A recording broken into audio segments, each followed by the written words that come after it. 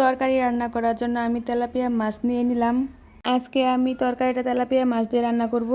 আজকে আমার সাথে এমন একটা ঘটনা ঘটবে তা আমি কখনো ভাবতে পারি নাই। আমি আমার ছেলের সাথে প্রায় সময় দুষ্টামি করে ঘরের দরজা বন্ধ করে দেই, তাই আজকেও দিয়েছিলাম। তারপর ও হঠাৎ করে দরজা বন্ধ করে দেয়। তখন যে কি একটা অবস্থা হয়েছিল, তারপর অনেক চেষ্টা করে দরজা খোলা হয়েছে। আমি এখানে রুই মাছের ডিম রান্না করে নিব। আমি রুই মাছের ডিমটা আলু দিয়ে রান্না করব।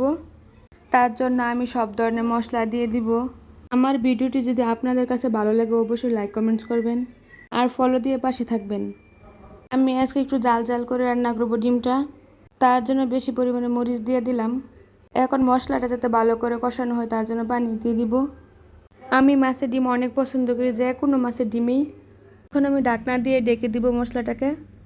মশলা ভালোভাবে কষিয়ে ডিম দিয়ে দিব। ডিমটা আমি ভালো করে ধুয়ে নিয়েছি। একটু ভালো করে নাড়াচাড়া করে আমি আলুগুলা দিয়ে দিব। ডিমের মধ্যে জাল না হলে ভালো লাগে না, তাই আজকে আমি একটু বেশি পরিমাণে মরিচ দিয়ে দিলাম। যাই হোক, এখন আমি আলুগুলা ভালো করে মিশিয়ে নিব। মশলার সাথে ভালো করে আরও একটু কষিয়ে নিব আলুগুলা। এই পর্যায়ে আমি পানি দিয়ে দিব ডিমে, যাতে আলু ও ডিম সিদ্ধ হয়ে আসে। কার কার মাছের ডিম পছন্দ কমেন্টে বলে যাবেন অবশ্যই। এখন আমি এই পর্যায়ে ডিমগুলা নামিয়ে নিব, এতে একটু ভিজা ভিজা টাইপের থাকে। এই তো দেখেন, মাশাল্লাহ, আমার ডিম ভাজিগুলো হয়ে গেছে।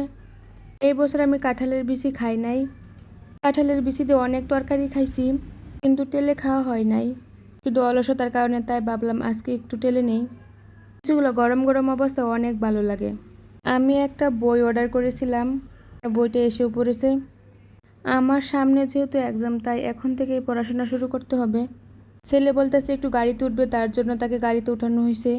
সবাইকে অসংখ্য ধন্যবাদ।